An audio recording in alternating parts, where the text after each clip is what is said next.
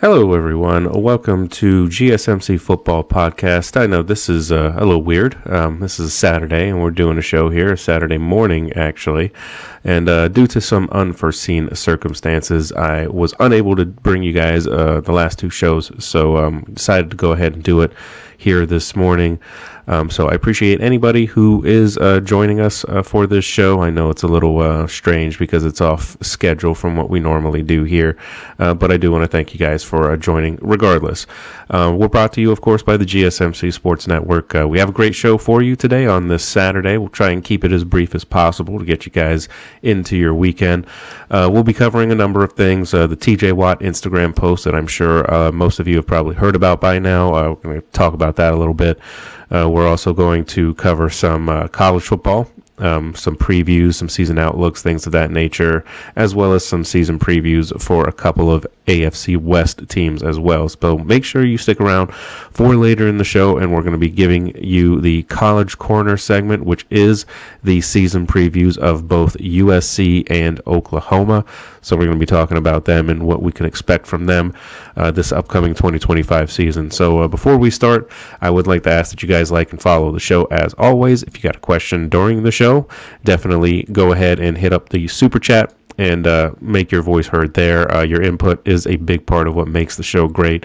We thrive on your energy and your insight, so whether it's a quick comment, thoughtful question, or an opinion you just have to share, or maybe you're just curious as to why we're doing this on a Saturday instead of a weekday, but just go ahead and drop that in the chat. If you want to make absolutely sure that your message does stand out, though, and gets featured on the show, there's an easy way to do that. Use the Super Chat feature. Just click the $sign at the bottom of the chat box to send in your Super Chat. This guarantees that your message gets on the air, and it's also a great way to support our channel. So we appreciate your support, and we want to rely on your support to keep bringing you the sports content that you love. We appreciate every bit of the support that you guys give us, so go ahead and let us know what you're thinking. Hit that Super Chat button. Let's keep this show interactive and exciting.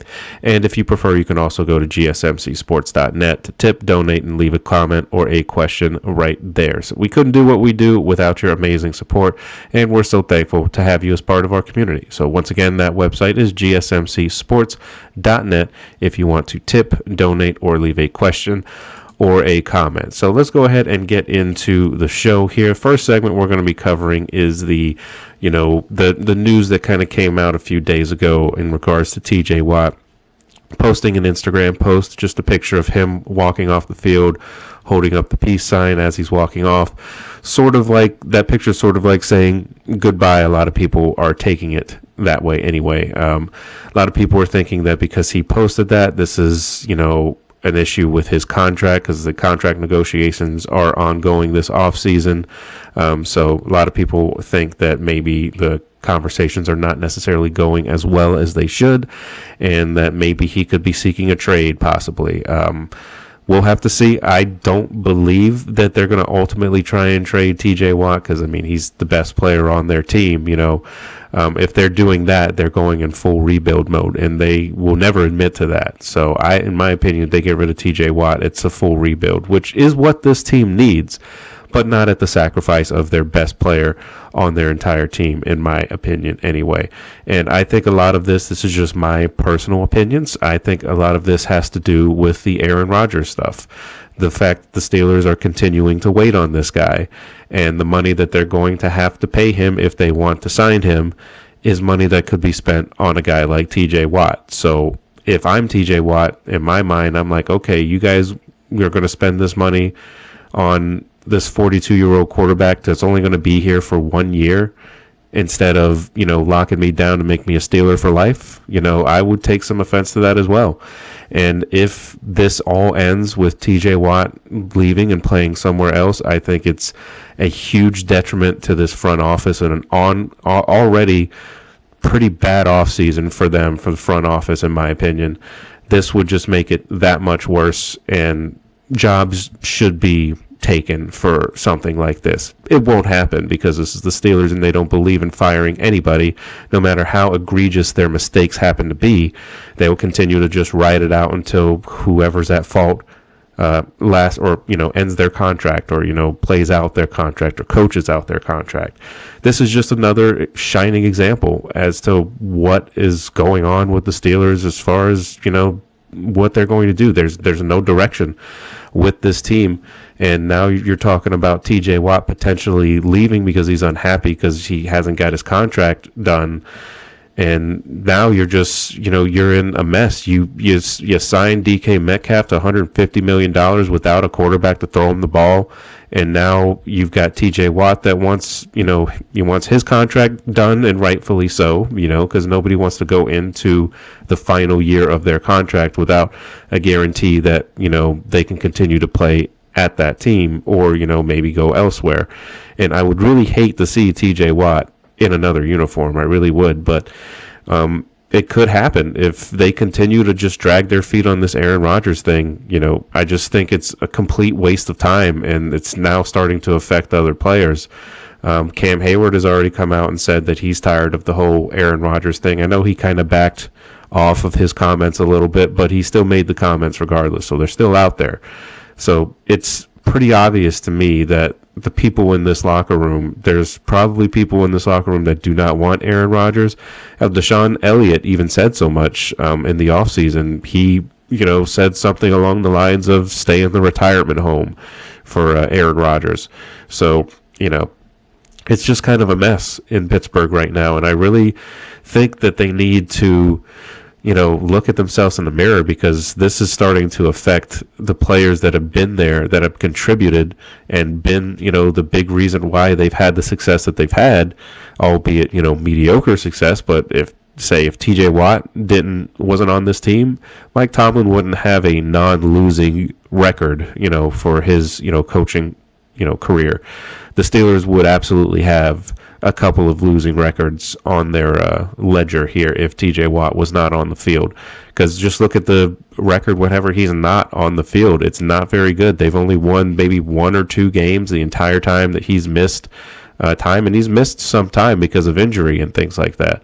So, it's just kind of getting to the point. This whole Aaron Rodgers thing is just getting ridiculous at this point. Like, why are the Steelers wasting their time waiting on this guy? It makes no sense to me. I've heard rumors that maybe Shedeur Sanders falls to the Steelers at number 21, the quarterback out of Colorado, Deion's kid, for those of you who are unfamiliar. So if that happens, I'd rather have Shedeur Sanders than Aaron Rodgers, to be quite honest.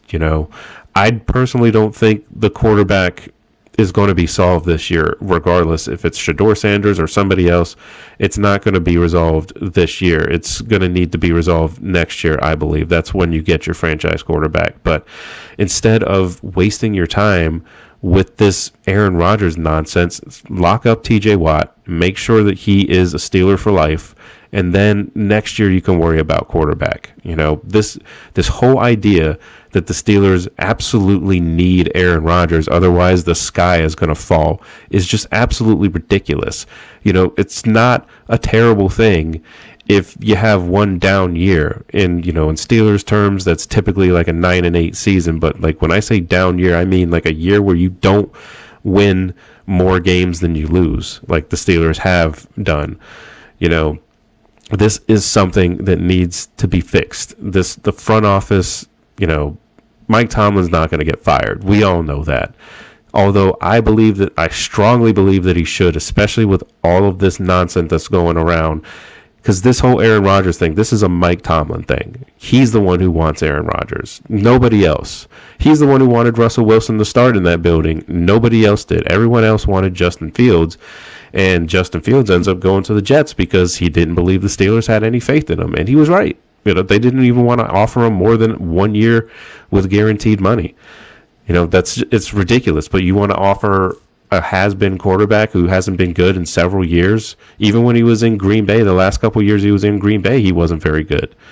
And then he goes to the Jets, of course, has the Achilles injury. And then last year they win 5 games when he starts every single one of the games. They win 5 games. If that's the guy that you want to lead your team, if that's the guy that you think is, your missing piece to the puzzle of getting you to the Super Bowl, then you're just not watching the same games everyone else is. Aaron Rodgers is not the answer. And I hate to keep turning this all the way back on Aaron Rodgers, this whole TJ Watt thing, but it is relevant because I think it is a big reason why TJ Watt posted this. He's not the type to normally post things like this as far as, cryptic messages to get people talking. That's not really his bag. That's not what he does. He's typically a guy who just, goes, does his job, and he's, lights out anytime he's on the field. But doing this just kind of, in my opinion, just kind of amplifies the fact that this whole Aaron Rodgers thing needs to stop. It just has to stop. This is getting ridiculous. You're not going anywhere with Aaron Rodgers. Like, why are you wasting your time and why are you wasting assets to get this guy when you could be signing TJ Watt and locking him down, a guy who has proven that he is committed to this team year in and year out. He's proven that. So you want to go and get a guy that's never proven that he's committed to anybody because he's all about himself, does whatever he wants, misses mandatory meetings, mandatory workouts and all that because he's Aaron Rodgers and he can do that. It's getting ridiculous at this point. Stop it with this Aaron Rodgers nonsense. It's going to cost you the rest of your team. You want to win a Super Bowl, even though you're not going to this year, but in the front office's mind, the goal is Super Bowl this year. So if that is the case, like, why are you dividing your locker room by doing this? I'd say probably a good 60 to 65% of the fan base does not want Aaron Rodgers there. And, after a rough season last year when you lose 5 straight games, your answer is to get rid of the potentially promising young quarterback in Justin Fields that has the mobility that you wanted, that you say that you want every time the season's over. You say, okay, let's get a mobile quarterback because that's the important part of being a quarterback in the NFL. That mobility, that's a really vital thing. So instead of keeping Justin Fields, who is arguably the most mobile quarterback in the league outside of Lamar Jackson, instead of him, you want to go get a guy who's playing on one leg the rest of his career and he's 41, 42 years old. It's backwards. It makes no sense based on what you guys have said in the front office, that you want a mobile quarterback. Why on God's green earth are you going to get a 42-year-old quarterback who can't move? That is not a mobile quarterback. It's maddening. As a fan, as you all know, I'm a Steelers fan, so it's hard for me to put that aside when I'm talking about this particular subject. When it comes to X's and O's, I can be objective. I can be very objective. But when it comes to stuff like this is just irritating. They're wasting their time and wasting their money in this case, trying to go after TJ or go after Aaron Rodgers. And if TJ Watt leaves, I don't blame him. I wish him the best if he leaves. I hope he goes and wins a playoff game. I hope he goes and wins a Super Bowl because he's a great player that deserves that. And he's done nothing but work his tail off each game, each week, week in, week out, day in, day out. All he does is outwork himself. Part of that is kind of why he's been a little bit injured, because he goes so hard on every game, that he just tends to get injured sometimes. It kind of happened with his brother JJ too. So, it's unfortunate, but this is a guy that he commits every single year, and you're just messing around. You're getting him to be unhappy now because you want to wait on some fantasy of Aaron Rodgers. Aaron Rodgers is not the 4-time MVP that he once was. He isn't. Father Time is undefeated, and it has reached him. He's not Tom Brady. Not everybody can play to like 45 years old and win Super Bowls and stuff like that.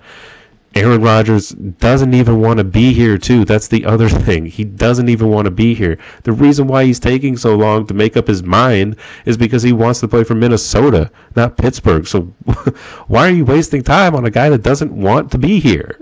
It doesn't make any sense. But it's enough to make you go crazy as a fan. And I know a lot of Steelers fans are kind of going crazy with this whole nonsense. I'm one of them, in case you haven't been able to tell. But I'm going to stop talking about this. We're going to move on to our next segment. We're going to take a quick break. When we come back, we're going to talk a little bit about some season outlooks, season previews for a couple of teams in the AFC West. We're going to talk about the Chiefs first, though. So just stick with us, and we'll be right back. I feel like I'm losing my mind. Is everybody in the world blind? Please, Lord, give me a sign, a sign. losing my mind. Is everybody in the world blind? Please, Lord, give me a sign, a sign.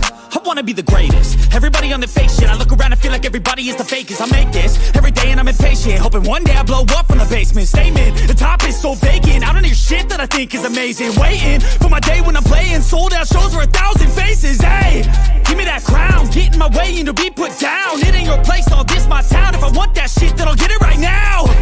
I'm losing it, the noose it fits, I'm losing shit. A stupid myth, you choose to live or choose to dip. You choose to fight or lose your grip and lose a gift.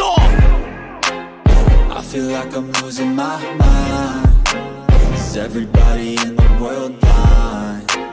Please, Lord, give me a sign, a sign. I feel like I'm losing my mind. Is everybody in the world blind? All right, guys, welcome on back to the show. I just want to apologize real quick in case I sound not great. I'm fighting a cold here, so I apologize if I don't sound the best right now. But let's go ahead and get into the rest of our show. Before we do that, though, I just want to remind you guys that if you have any questions or any comments or anything like that that you want to contribute to the show, go ahead and hit the super chat button, GSMCsports.net, to tip, donate, and leave a comment or a question there. If you have anything that you want to say, definitely contribute to the show, and we will address it as soon as I see it. So let's go ahead and move on to the next segment of our show here, best worst case scenario for the Kansas City Chiefs. Now, in our production meeting a few days ago, the topic of the Chiefs possibly missing the playoffs was broached, and I personally think that's a little crazy. That would be a worst case scenario for the Chiefs, I would think. But, I just don't. With a team with a guy like Patrick Mahomes, a coach like Andy Reid, they still got a very, very good defense. That hasn't changed. I think people are just too focused on the fact that they were dominated in the Super Bowl. That's the last time we saw the Chiefs, so that's the thing that sticks out in people's minds is, okay, they lost to the best team in the NFL and pretty handily, so that must mean they're going to miss the playoffs, right? Because at least one team from each Super Bowl typically, misses the playoffs the next year. That's kind of been the history. Doesn't necessarily always work out that way, but my rebuff to that would be, well, the Chiefs have not won a Super Bowl or not been to a Super Bowl every single year that Patrick Mahomes has been the quarterback and Andy Reid has been the head coach. That hasn't happened every single year, but what has happened every single year is they've gotten to the AFC Championship game. Each and every year they get to the AFC Championship game with Andy Reid and Patrick Mahomes and Travis Kelce, somewhat to a lesser extent now because he's kind of up there in age.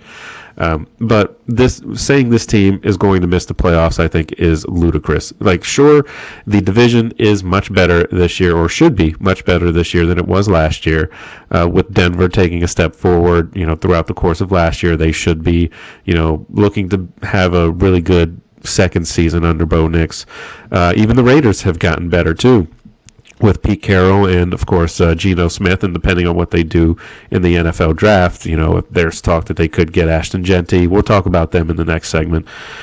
So they're going to be better. The Chargers, of course, second year under Jim Harbaugh, they should be better too, with some additional pieces that they've added in the offseason to go along with Justin Herbert and the rest of that offense. They did lose, Bosa as well, so that's going to be something that they're going to need to try and handle. But I just don't think you could say the Chiefs might not win the division. I could almost get behind that. Even I personally don't agree with it, but I could almost understand you saying that, maybe they don't win the division this year. I get that. But saying that they're going to miss the playoffs entirely, I think is just, it's unfounded. There's no stats to back that up. They technically were not great last year, and they still won 15 games. They know how to win. They're well coached, and sure, they got their doors blown off in the Super Bowl, but it's happened before to the Chiefs too. They got their doors blown off in the Super Bowl by Tampa Bay when Brady was there. So just because you lose in a Super Bowl doesn't automatically mean that you're going to be out of the playoffs the very next year. I think that's ridiculous. The Chiefs still have a very good team. They had a lot of injuries on offense at the wide receiver position in particular last year. They should have all of those guys back this year, not to mention whoever it is they decide to add in the draft, and then the rest of free agency as we get into preseason and training camp and all that. But to say that they're not going to miss the playoffs, I think is, ridiculous. Their best case scenario for the Chiefs, as it always is every single year, is winning the Super Bowl. That's pretty simple. We don't need to really go into it too much. That's the best case scenario for the Chiefs, winning the Super Bowl. And they've been right there every single year. They've been right on the doorstep, or they've been in the game itself. So to say that they're not going to be in the dance at all, I think is just, it's not very smart if you want to bet on that. You're going to lose your money if you bet on that. And worst case scenario, in my opinion, for the Chiefs is not winning the division. I think that's their worst possible case scenario. I think they still make the playoffs. I don't foresee them having a down year to the sense that they're not going to make it. They're better. I'm sorry, but they could potentially have 3 teams in that division that are going to the playoffs, because that division is very talented. It's a very good division. And last year they had 3 teams that made the playoffs from that division. And I just have a hard time believing that, even though the Raiders have made improvements, I have a hard time believing that the Chiefs are going to finish the bottom of that division, because that's what it's going to take if they're going to miss the playoffs. They would have to finish dead last in that division, and I have a hard time believing that. So that's kind of where I'm at with the Chiefs. Excuse me. With the Chiefs, the issue that they had last year, particularly in that Super Bowl game, is they need to be able to protect Patrick Mahomes. That should be their number one goal this offseason, is trying to beef up the offensive line in such a way to where he's not running for his life, even though the other team is only rushing 4 and not blitzing. So they need to shore up the offensive line. I think everybody else, every other aspect of that team is pretty solid. Receivers are decent, I think. Patrick Mahomes is Patrick Mahomes. Travis Kelce is not what he once was, so maybe you could upgrade the tight end position a little bit, because it is a pretty deep class this year at tight end, so maybe they go tight end at some point in the draft. Wouldn't surprise me, especially with the age that Travis Kelce is at, 13th season coming in this year. There was talk that he could retire after last year's Super Bowl. So he decided that he's going to come back. So you would have to think that he's probably only going to play one more year, possibly.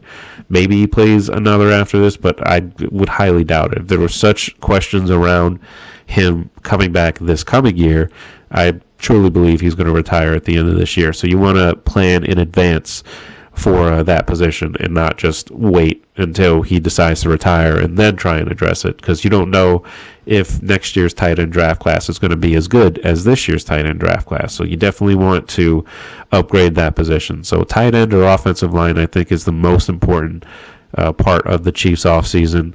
I think their defense is still solid. They could probably get some depth behind Chris Jones, but they're still very, very good. They had a solid year defensively last year, and as long as they can just shore up those offensive line issues and get some depth at tight end, I think they can be right back in there again. As long as they have Patrick Mahomes and Andy Reid, I'm not going to count them out in terms of going to the playoffs. Maybe Super Bowl, you could make that argument that they don't make it this coming season, but even still, throughout this entire last season, I swore up and down the Chiefs were not going to make the Super Bowl until they just ended up making it. They find a way to win, and you can make the case of, the referees help them out in a lot of games and things like that. And, some of that could possibly be valid. I know there were a few few things like that during games that I didn't necessarily agree with. But the fact of the matter is they still were able to capitalize on those calls, and you still have to be well coached and disciplined to not get any kind of dumb penalties on yourself either. So they're still very well coached. So as long as that coaching staff is there, and of course, you've got Steve Spagnuolo on defense too, so he's one of the best defensive coordinators in the entire league. So they're very well coached, and I'm not concerned about the Chiefs whatsoever in terms of missing the playoffs. I could see a team like maybe the Broncos winning the division this year. I have more faith in them than I do the Chargers, to be quite honest, just because the Chargers have always been that team that's been talented enough, but they just haven't, for whatever reason, whether it be injuries or just collapsing at the end of the year, they've never been able to really overcome, any kind of, past history or make that leap into the Super Bowl. They've just never been that team. And I don't think they're that team again this year. Don't think that the Raiders are going to be, more than fourth place in that division. Though they have made improvements, that's still a tough division, and I don't think that they're going to get past the dead last position in that division. So that's kind of where I'm at with the Chiefs. Worst case scenario, they don't win the division, still make the playoffs as a wild card.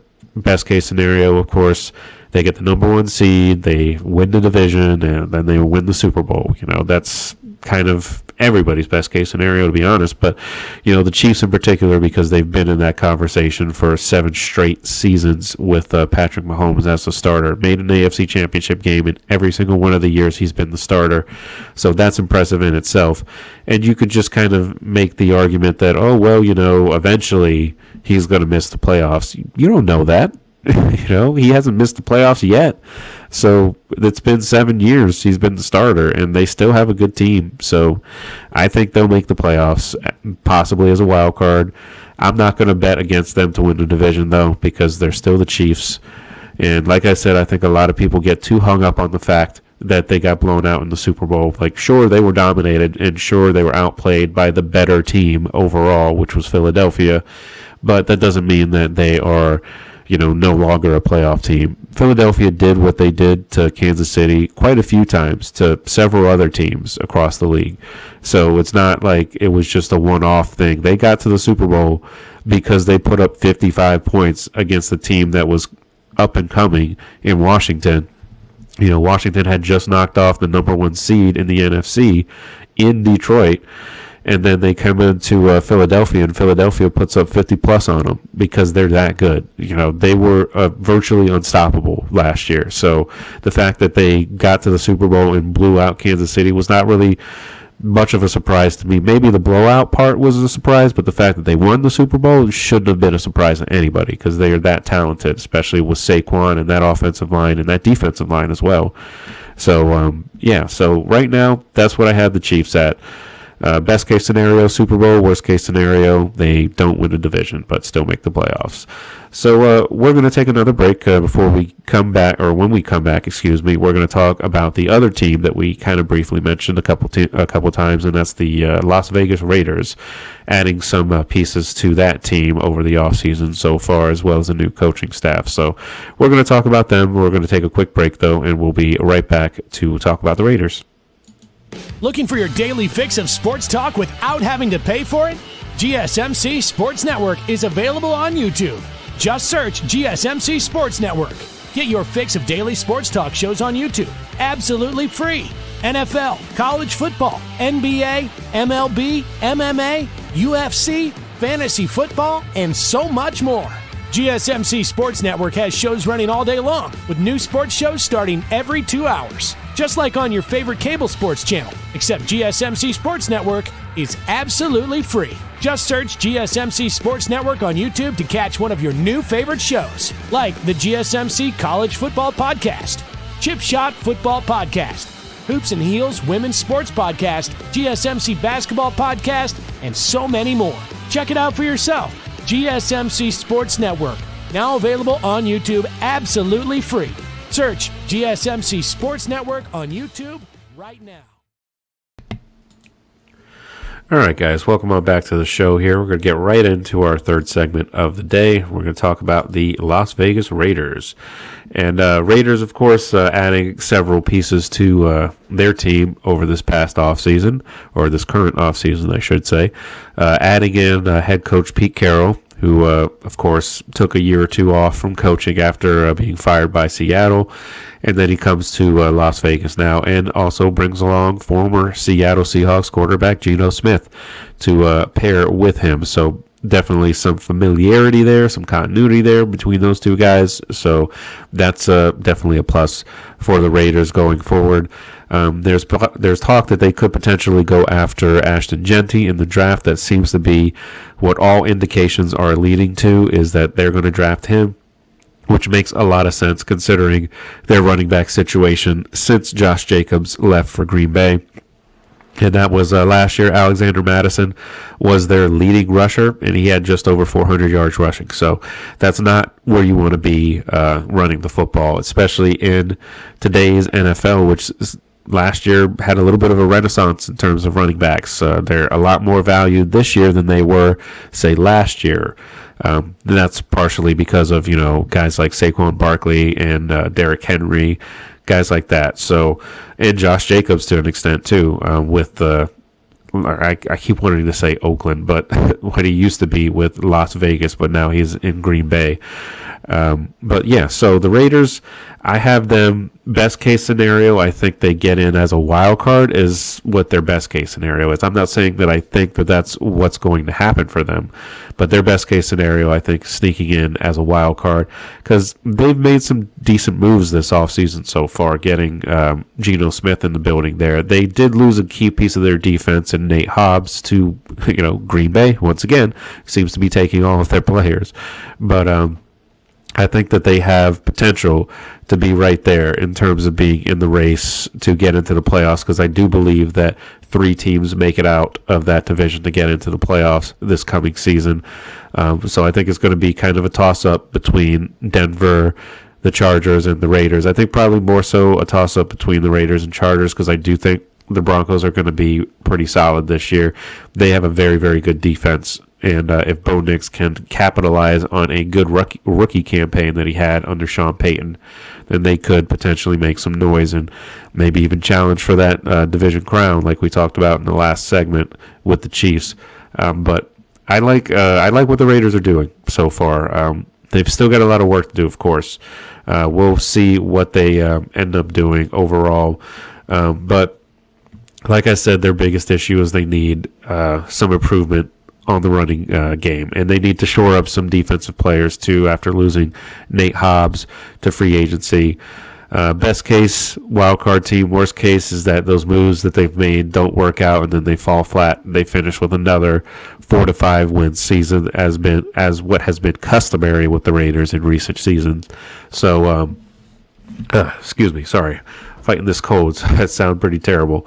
Yeah. So the Raiders, they've got, a tough schedule being in the AFC West, of course, having to play both of those or all 3 of those teams twice, all 3 improved teams twice. It's going to be tough. So despite the fact that they have an improved team, I still think that they finish bottom of the division. I'm not ready to move them up and not ready to move them into playoff scenarios just yet. They're going to have to do it on the field and show that they can do it on the field. So we'll have to see what they end up doing. So Pete Carroll, though, he's a very good head coach, very good motivator. He took a year or 2 off after, leaving Seattle. So maybe he comes back with a fresh mindset and is able to get the most out of Geno Smith and get the most out of the Raiders. The Raiders are going to be a pretty fun team to watch, I think, with these additions. It's going to be interesting to see if because they're going to be competitive, in my opinion. I think that this is going to be a situation, maybe not as drastic as the NFC South or NFC North was last year, with 2 teams that had 14 wins or 14, 15 win teams, and then of course the Packers are very good too with the NFC North. It's going to be similar to that, but I don't think it's going to be quite to that level. That was pretty crazy to see as much success in one division as we saw last year in the NFC North with the Lions, Vikings, and Packers. Bears are going to be better this year too, so that could be an even more interesting division. But so there's some similarities there between those 2 divisions in the sense that they're all improved now.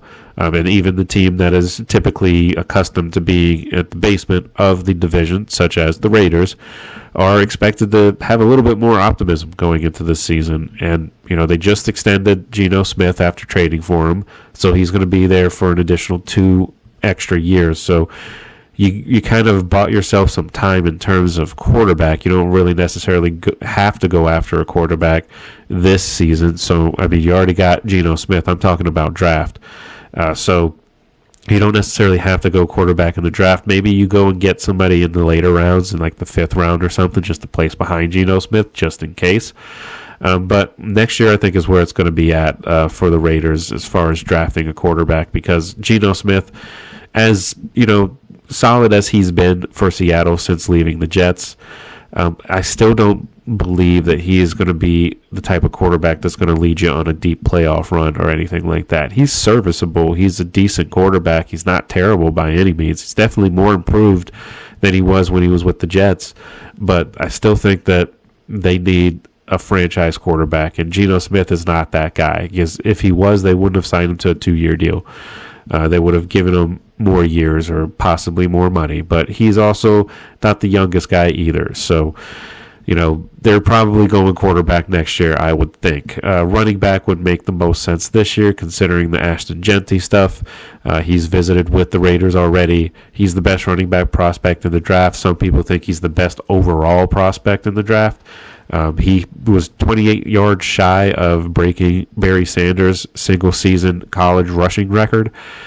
So he had over 2,000 yards rushing, had about 28 touchdowns, something like that, rushing the ball. So he was fantastic with Boise State. The issue that some people are talking about with Ashton Jeanty is, yes, he got crazy numbers last year, but he also got those numbers against less than stellar opponents, and it's going to be much different coming in, especially if he gets drafted by the Raiders. It's going to be much different coming into the NFL, and you're immediately right at a division that is bona fide playoff teams, everybody outside of the Raiders anyway. With the Broncos, Chargers, and Chiefs all making the playoffs last year, it's going to be an improvement. It's going to be a challenge for Ashton Jeanty to acclimate himself to NFL football. Not to say he can't do it. He's definitely able to. He's got that ability to, because he's had plenty of workload with Boise State before. So, it's going to kind of depend on their offensive line as well. The Raiders are going to have to upgrade that offensive line and make sure that they have not only enough time for Geno Smith to throw the ball, but being able to open up enough holes on the offensive line to where Ashton Jeanty can break through. Now, there's always that possibility that Jeanty comes in and he struggles. We've seen that before with running backs. Guys that have been highly touted coming out of college. A guy like Trent Richardson comes to mind. I'm not saying that Ashton Jeanty is going to be Trent Richardson. That's not what I'm saying at all. I'm just saying that's an example of a guy not necessarily living up to his pre-draft hype.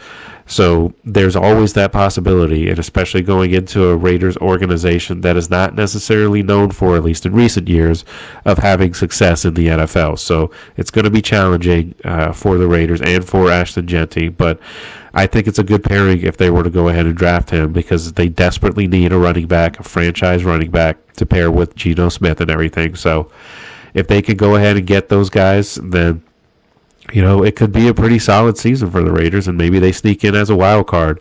Who knows? But yeah, so that's kind of my take on the Raiders. I know we kind of talked about every one of these teams in past episodes when we were doing season outlooks and things like that. So slow part of the season, so we're kind of just revisiting a lot of those teams just to kind of see post-free agency how they have been and how they're looking so far. But the draft is right around the corner. In just under 2 weeks, we should have some answers to some of these questions. So we'll see how it goes about. So we're going to take another break. When we come back, we're going to get into our college segment of the show. We got 2 segments on the College Corner, both a USC preview, which is coming right up, and then to end the show, we've got Oklahoma. So stick with us, and we will be right back right after this next break.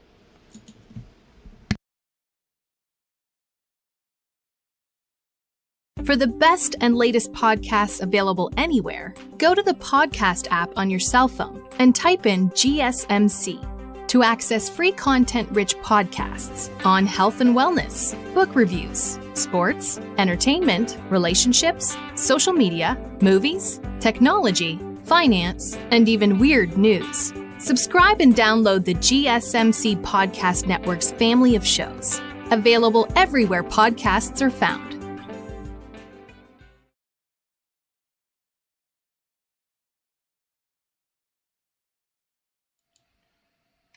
All right, guys, welcome back to the show. We're going to get right into our next segment here.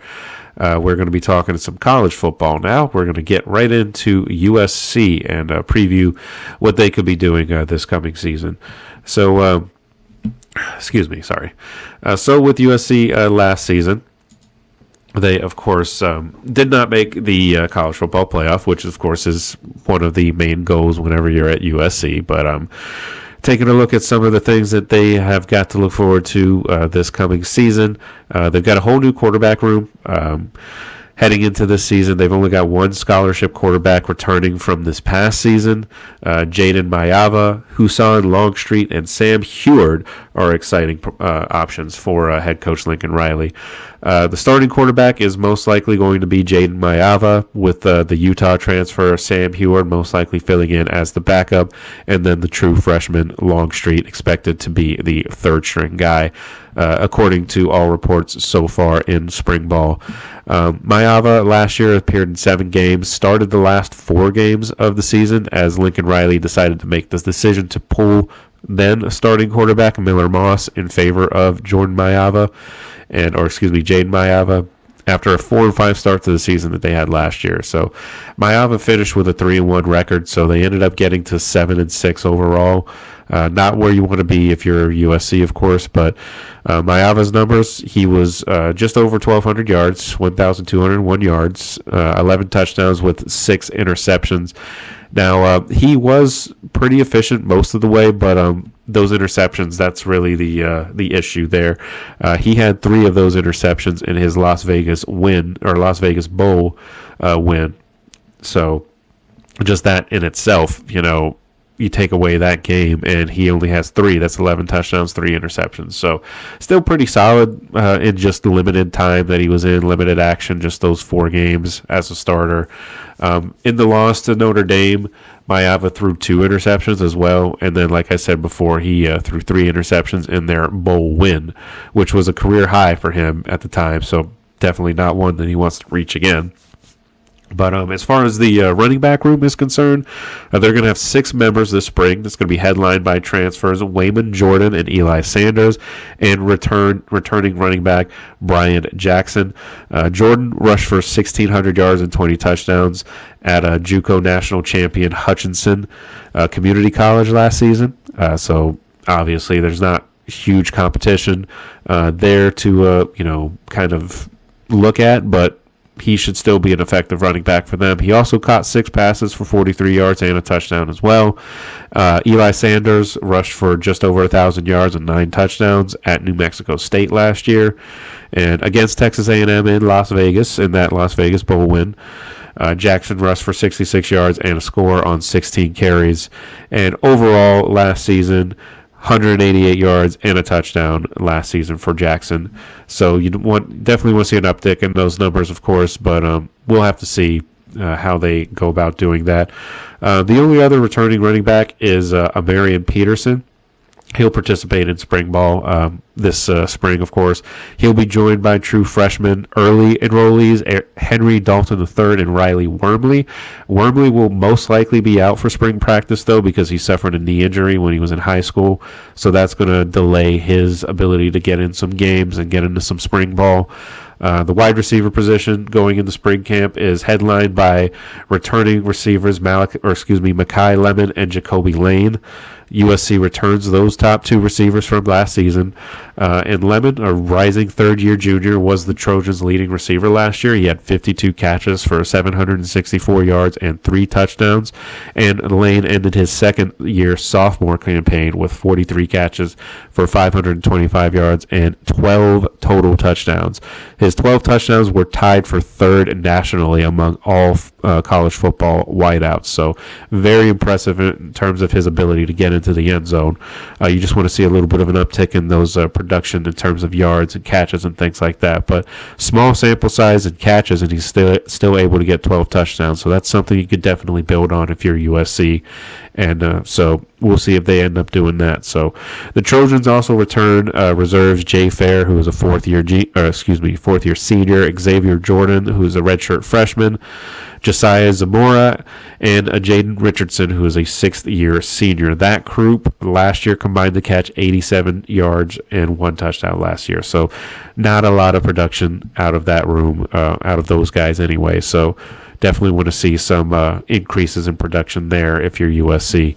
Additionally, USC is going to have a few new faces in the wide receiver room as well. Boise State transfer Prince Strachan and true freshman Corey Sims both are new faces in that wide receiver room. Strachan spent the last 2 seasons with Boise State. He caught 25 passes for 304 yards and 1 touchdown last year. So that offense is, pretty much set in terms of who's going to start, where it's just they're going to need to get some more production out of a lot of those key pieces if they want to bounce back from a 7-6 season. Defensively, the interior defensive line going into spring camp is headlined by some young depth as far as some massive transfer additions in nose tackles, Keyshawn Silver and Jamal Jarrett. USC returns also emerging veteran Devin Tompkins, who will be a favorite to start at defensive tackle, and also nose tackle Kobe Pepe, who has added 20 pounds this offseason to that frame as well, so he's going to be a much bigger body along that defensive line. The Trojans also returned several young defensive tackles in Carlin Jones, Jide Abasiri, and Radamana Bulaba. I'm not even going to pronounce that. Bulabalu. I completely butchered that name, I'm sure, but that's the guys that are returning on the defensive tackle position. So the program also welcomes 3 defensive tackles from the 2025 class in Floyd Boucard, Cash Jacobson, and 4-star Jakeem Stewart, who will play defensive end as well. So some good players along that defensive line. So we'll see if they can get some of that on paper talent, get it onto the field. So linebacker also headlined by some returning stars as well. Returning star redshirt senior Eric Gentry, and also they've got some young potential on that position as well. But Gentry, he was playing at an All-American level last year through the first run of the season before his injury started to pile up. He had some head injuries, so that's a concern, of course. The room will officially welcome former defensive back Anthony Beaver Jr., who moved to linebacker in the middle of the season. So that's, you're going to have some speed on your defense that way, just in terms of that. So the fact that he's able to move from defensive back to linebacker, and I'm sure he could probably play safety as well. A lot of linebackers have an ability to play safety because of their ability to cover certain zones and things like that, and speed as well certainly helps. But the room does lose plenty of experience, though, with 2 of the 3 starters graduating, leaving the door open for some youth to step up, mainly sophomore Desmond Stevens, though. There's going to be also depth concerns for the room with such inexperience, so that's obviously always an issue when you run into something like that. So only 2 incoming freshmen in the summer, so that's a lot of inexperience there. USC is going to need to think of potentially adding some more depth throughout this whole spring transfer window and everything, so we'll see if that's what they end up deciding to do. Overall, the odds right now have USC at about 7.5 wins as the over-under. I could see them getting to about 8, possibly, if they can get some, production from some of those younger guys, especially on defense. And if their offense can be better than it has been, especially at the quarterback position, because quarterback was an issue last year. If they can get better in that regard, then I can absolutely see them getting to possibly 8 wins. Don't think they're a college football playoff team, though. They're not quite there yet. Maybe if they get some young experience that start to, grow a little bit in that quarterback room, especially, because that's really the position that kind of stirs everything, is the quarterback. So if they can get some decent production out of their quarterback and maybe grow some youth players as well, maybe they can get back to that old USC of competing for national championships, but they're still a ways away from that right now. So I have them going to possibly 8 wins, about an 8-5 year, something like that. I could see that happening. And playing in the Big Ten is definitely tough, too. That's really a big concern for USC overall is the fact that they've got a very tough schedule, just simply because of the fact that they are now in the Big Ten after last year's first year in the Big Ten ended with a 7-6 season. The Big Ten is even more improved this year than it was last year, so USC is going to have to improve along with that if they want to compete in the Big Ten. So we shall see. Only time will tell. All of those cliche phrases you want to use. But so that's what I have for USC. When we come back, we're going to finish the show talking about Oklahoma.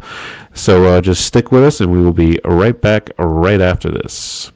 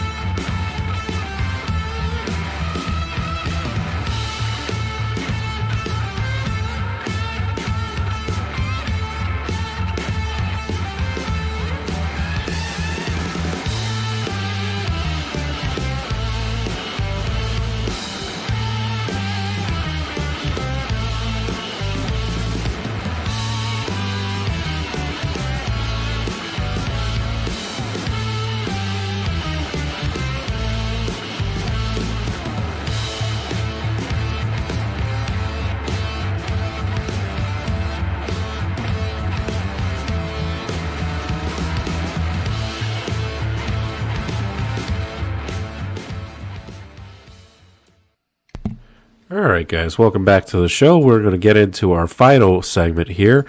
Some more College Corner. This time we're going to be talking about Oklahoma. The Sooners, of course, with their first year in the SEC last season. Not necessarily what they wanted to be, of course. They struggled a lot throughout the course of the season, finishing with a 6-6 regular season record with a 2-6 conference play record. So definitely not where you want to be in terms of Oklahoma, but they're looking for a bounce back year this year. So there's a few games that could be potential key victories if they're able to get them. The Michigan game, I think, is going to be pretty tough for them to win because Michigan is going to be improved. And, of course, being in the Big Ten, Michigan is one of the better teams typically. And even though they had kind of a down year last year, they're expected to be much better this year. Auburn, Ole Miss, and Missouri, and as well as Tennessee, those are games that can be had for Oklahoma. So if they're able to get, say they go maybe 3-2 or 4-1 out of that stretch, then they could potentially see a better season overall. But it's later on in the schedule, some other games that are going to be very tricky for them. South Carolina, a road game against South Carolina, not going to be easy. South Carolina is going to be one of the more improved teams in the SEC this year. Really, really good defense, so it's going to be very tough for Oklahoma to win that game. Alabama as well, although Alabama should be sort of, by their standards, kind of a down year this year. We talked about Alabama before. They're still going to be tough because that's going to be on the road, and it's never easy to play in Tuscaloosa. So they also have a home game against LSU, and LSU, of course, is going to be one of the better teams in college football this coming year. So, and they also have the annual Red River rivalry against Texas, and Texas is believed to be the favorite in the SEC this year. So those games always go back and forth, though, so you never know with those games. They're always pretty crazy offensively, but Texas has got a pretty loaded squad, so it's going to be tough for Oklahoma to beat them. But there are some people that believe that Oklahoma can go 4-0 in non-conference games this season, and if they're able to do that, that's going to result in a much better overall record for them. Like I said before, they were 6-6 last year, 2-6 in conference play last year, so definitely want to rebound from a pretty bad showing overall. Oklahoma last year, they beat Auburn at Alabama in the SEC, but the games that they lost Tennessee, Texas, South Carolina, Ole Miss, Missouri, and LSU. So basically all the teams they lost to last year, they have to play again this year. So a little bit of revenge for them, hopefully. They're going to have some changes that they've had during the offseason. They've undergone a lot of changes, actually, and the biggest change really is at quarterback. They added former Washington State quarterback John Mateer, who will most likely be the starter going into week 1. And they added him via the transfer portal, pairing him with offensive coordinator Ben Arbuckle. Together, that duo could pave a new era and a new identity for the Sooners offense, because it's going to be built around that air raid system. So a lot of passes, a lot of deep balls down the field. Last year, they struggled offensively pretty significantly. They were 119th in passing offense, averaging about 175 passing yards per game, 131st in passing plays of at least 20 yards, which was 20 passing plays of at least 20 yards, and also 133rd in yards per completion at 9.2. The issues, though, they extended well past Jackson Arnold and Michael Hawkins. But with Arnold on the move to Auburn, the former quarterback, the Sooners do have something that they can inject explosiveness into that offense with a new quarterback with John Mateer. So we'll see. But Hawkins comes back for his second season, and he is the only quarterback returning from last year. They also added Cole Gonzalez from Western Carolina, as well as Jet New in the 2025 freshman class. Mateer, though, is the prized acquisition of the offseason so far. He offers immediate optimism in that offense, and hopefully the offense can turn around under him. And it does make a ton of sense, because you take a look at some of his numbers. He was fantastic last season, leading Washington State offense that was one of the most potent in college football. In 12 games that he started, he was 3,139 yards, 29 touchdowns, and just 7 interceptions, and he completed nearly 65% of his passes. So his efficiency was nice, but it was the explosiveness that really stood out for people. He averaged about 14 yards per completion and completed 26 passes of 30 yards or more, which tied for 5th most in the country. So he was an explosive quarterback, and they're hoping that he can bring that same explosiveness. And speaking of explosiveness, he does have running ability as well. He led the Cougars last year in rushing yards with 826, and also rushing attempts with 178, and also rushing touchdowns with 15. So he had over 40 touchdowns with Washington State last year when you combine his passing touchdowns. So those are very, very good numbers. And, it's different when you're playing in the SEC, of course, than playing in Washington State. But still, the fact that he's able to have that kind of production in a Power 5 conference is still pretty impressive in itself. But his dual threat ability is really what makes him that excellent centerpiece for that offense. And there's a reason why Washington State ranked 6th in scoring offense last year. They averaged about 36 points per game, which is very, very impressive as well. It would be a huge adjustment to go from the Pac, or the remnants of the Pac-12 anyway, to an SEC schedule that features teams like Alabama, Texas, Ole Miss, Tennessee. Even Florida should be better, so we'll see. But their running back coach is a guy by the name of DeMarco Murray, who, in case nobody is familiar with that name, used to be a very, very successful running back at Oklahoma. Was one of their better running backs that they've ever had outside of course, Adrian Peterson. But DeMarco Murray was very good and actually led the NFL in rushing in one of his first couple of years in the NFL. So he was definitely a great running back. So it's definitely good to have a guy like that as your coach. And ever since Eric Gray, their former running back, graduated to the NFL, Murray has spent the last 2 seasons shuffling basically back and forth between starters and backups as well as reserves. The likely starter is Javonte Barnes, and he begins his senior year coming off of his best season as a Sooner, but just barely. As a freshman, he ran for 519 yards and 5 touchdowns, and last year he rushed for 577 yards and 5 touchdowns, which was a 4.7 yards per carry average as opposed to his 4.5 yards per carry average he had as a freshman. But you could also attribute that to his ankle injury that he suffered, because it was a pretty bad ankle injury. He didn't play again for the rest of the season. He had his first career 200-yard day last season in that same game. He had 203 yards against Maine, but like I said, he sustained that ankle injury, which kept him out the rest of the year. So who knows what his production could have been like had he not been hurt in that game, of course. But he's always been a run-to-contact back, but he played a career-high 383 offensive snaps last season, and the more he ran, the more effective he was. He averaged just 2.7 yards after contact per carry in his first 4 games, and then he averaged 3.9 in his final 5 games. And Gavin Sawchuk, the former Oklahoma running back, he began the 2024 season as the starter because he'd been the Sooners' best back in 2023, the year before. He finished that season with a string of 5 consecutive 100-yard games and led the team with 744 yards on a 6.2 yards per clip. So, but with a completely rebuilt offensive line in front of him last year, Sawchuk really didn't hit that same level that we had seen in 2023, and he just finished with just 128 yards on 39 carries and just averaged about 3.3 yards per attempt. So definitely a downtick on his production. So you would think that Barnes is most likely going to be the starter given that. So we'll see. But if Barnes or Sawchuk aren't up to the task, DeMarco Murray does have a pair of talented sophomores that he could go to, as well as a couple of freshmen too. So, or he did actually, go to these guys when they were freshmen too. So Taylor Tatum played in 11 games in 2023 and garnered 56 rushing attempts for 278 yards on a 5-yard average, and he also had 3 touchdowns. And the versatile and explosive Tatum also caught 5 passes for 41 yards and scored a touchdown, and he even threw a couple of times too, and threw a touchdown pass too, for whatever that's worth. But that's what it is for a running back. As far as wide receiver, the Sooners wide receivers have gone through a complete transformation since last spring. Back then, the Sooners added Deion Burks to a room that was full of familiar faces that included guys like Nick Anderson, Andrew Anthony, Jaleel Farouk, and Jaden Gibson for a group that projected to be one of the deepest in the SEC.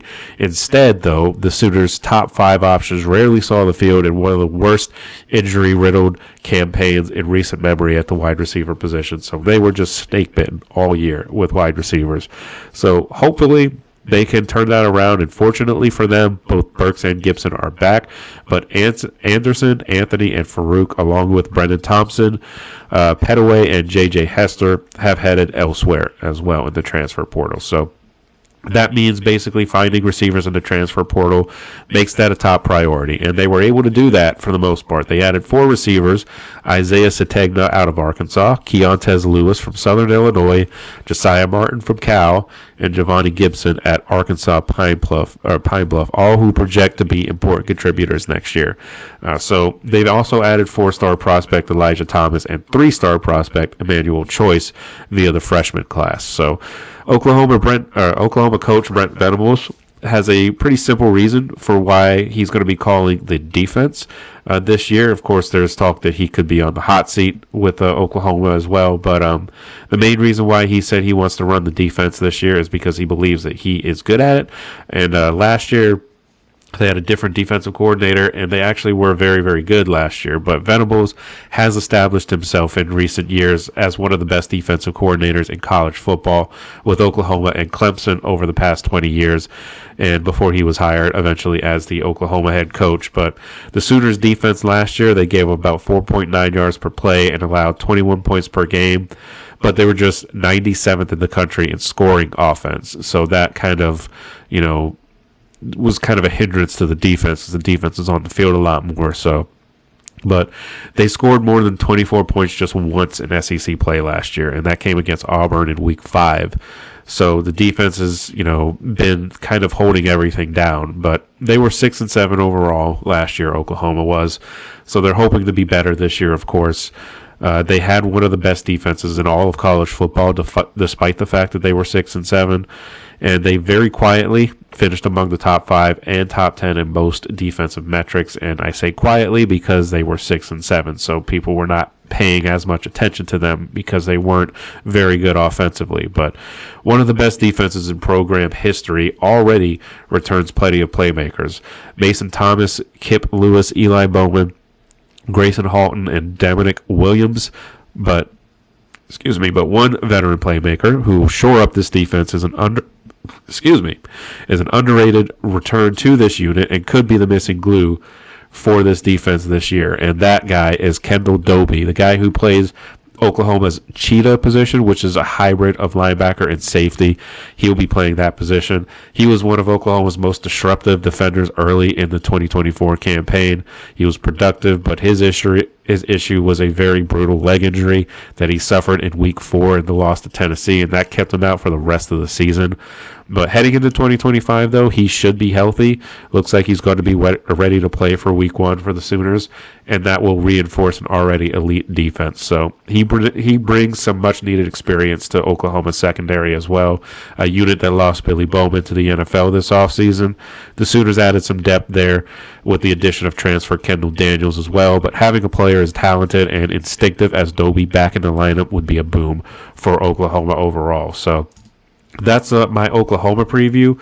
I think they will probably be a little bit better than they were last year, depending on how the quarterback situation rolls around. But I can see them going like maybe another win, maybe a 7-win season or something like that. It's not much of a jump, but it's still an improvement nonetheless. So they should get a bowl game, I would imagine, because I don't think they get less than 6 wins. So they should be able to get into a bowl game. But that's what I have right now for Oklahoma. So that's going to do it for our special Saturday show. I hope you guys enjoyed it. I know it was kind of unorthodox. We don't typically have weekend shows, but, you got to kind of roll with the punches sometimes. But I do thank you guys for tuning in to the GSMC Football Podcast. We're presented by the GSMC Sports Network.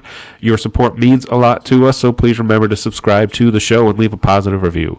It really does make a difference. So we also invite you to follow us on all of the social medias as well for more content and updates.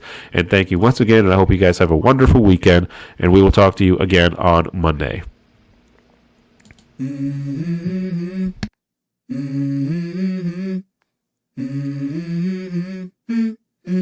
Let's go. I wake up to a little bit of drool on my pillow, feel like it's gonna be a bad day. Yeah, I'm tired of shit, and the coffee ain't hit yet. Damn, ain't that great. I don't wanna go to